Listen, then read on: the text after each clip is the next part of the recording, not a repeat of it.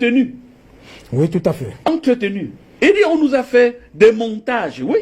Si vous remarquez, nous ne faisons le café que parce que le FMI, à l'indépendance, dit, je ne te donne l'argent pour payer tes fonctionnaires que si toi tu cultives le café. Je ne te donne l'argent pour payer les gens dans tes hôpitaux que si tu me cultives le cacao. C'est comme ça qu'ils nous ont tenus. Mais le cacao, ce sont des produits à cycle long. Le café des cycles longs. On ne s'enrichit pas avec des produits à cycle long. C'est des produits qu'on fait en deuxième instance. Nous sommes dans les notions de guerre économique.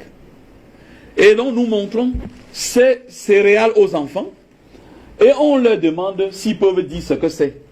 On est certain que les enfants n'arrivent pas à dire ce que c'est. Même les adultes au Cameroun ne savent pas ce que c'est, alors qu'ils en consomment tous les jours. Ok. Quelle est la caractéristique de ces céréales? Alors, oui, tout à fait. Premièrement, ils sont à cycle court. La récolte, c'est tous les 3 mois.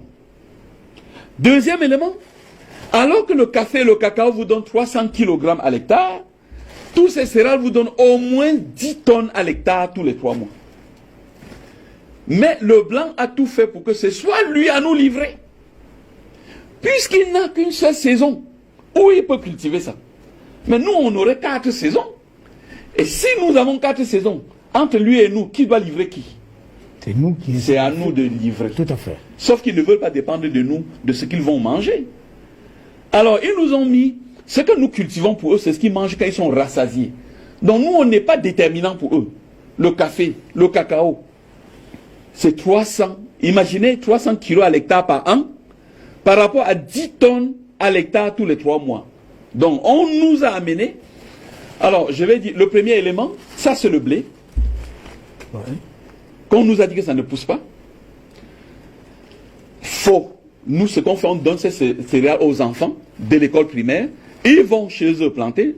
On a distribué ces jours-ci parce que nous sommes en début de saison de pluie. Il ne faut pas croire à la science telle qu'ils nous ont mentionné. Moi, j'ai compris une chose, qu'aucun produit ne pousse ailleurs et qui ne pousse en Afrique. Parce que nous avons toutes les conditions réunies pour faire pousser tout. Deuxième produit, c'est le tournesol. On nous a dit que le tournesol ne peut pas pousser, mais il s'appelle tournesol, tournesoleil, parce qu'il tourne sunflower. Lui, il observe le soleil toute la journée, donc c'est un produit qui n'est là que pour le soleil. Malgré ça, on nous a convaincus que ça ne peut pas pousser. Avec ça, on fait l'huile de tournesol.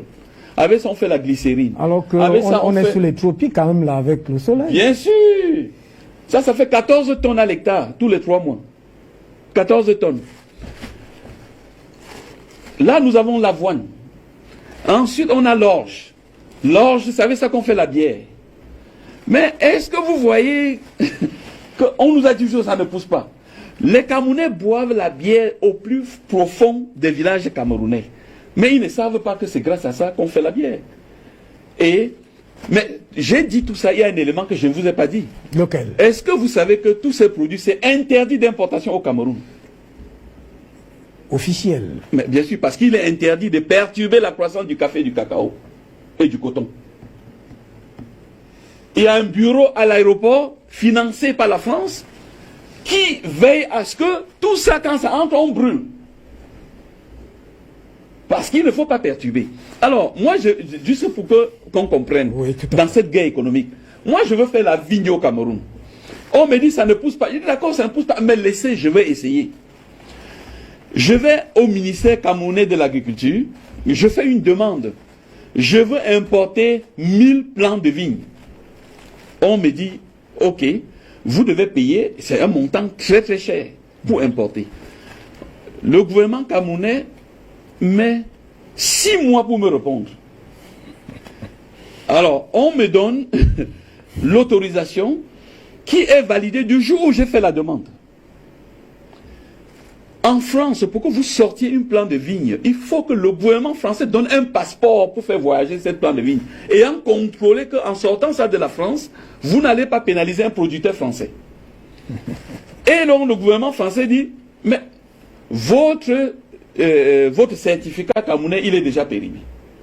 Je ne peux donc pas vous donner le passeport pour vos plants de vigne. Et on recommence encore.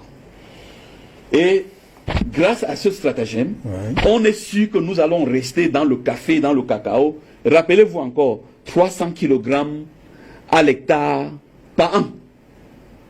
Et si on a des tonnes? Minimum 10 tonnes à l'hectare tous les 3 mois. Tous les 3 mois. Et si nous ne croyons pas que Dieu va venir arroser et que nous-mêmes on peut arroser, on peut avoir jusqu'à 4 récoltes. Ça veut dire que c'est à nous de nourrir l'Europe. Nous avons l'Afrique à 30 millions de kilomètres carrés. Je vous rappelle que là où il n'y a pas l'eau en Afrique, il y a l'eau dans le souterrain. Partout chez nous. Toutes les cartes hydrogéologiques montrent qu'on a l'eau en bas.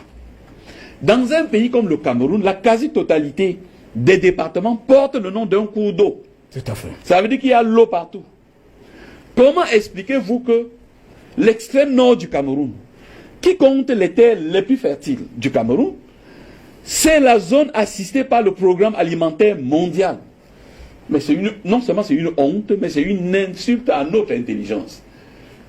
Et ma rébellion aujourd'hui, par rapport à ce que les Oumniobé ont fait dans les années 60, c'est d'enseigner aux enfants que nous, on ne fait que ce que le blanc lui-même fait. Pourquoi au Cameroun, je ne connais aucun blanc qui fait le cacao? Je ne connais aucun blanc qui fait dans le café. Il fait la banane. Donc moi aussi, je fais la banane. La banane, c'est 20 tonnes à l'hectare. Et la banane, vous la récoltez tous les jours. Mais si elle est gérée pas par les Camerounais pratiquement, vous le savez très bien. Oui. Bon. Elle est française. Elle est gérée. J'ai publié sur mon mur, pour ceux qui ne me... J'ai une salle de classe qui s'appelle IEG sur Facebook.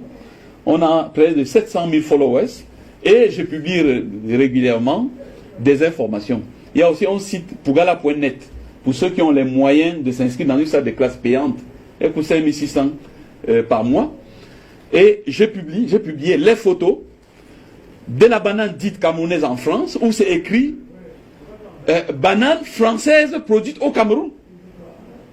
Mais c'est revendiqué que c'est une banane française. Elle n'est pas camerounaise. Mais elle est produite au Cameroun. Elle est produite au Cameroun. Et si ce n'est pas une insulte, une autre insulte comme vous... Bien sûr.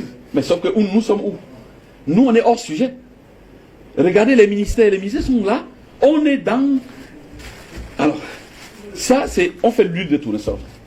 Un litre d'huile de tournesol coûte 3 000 francs au Cameroun. Ok. Ça sort après 3 mois. Vous avez 10 tonnes à l'hectare tous les 3 mois. Nos ministères sont là pour encourager les gens à faire que l'huile de palme.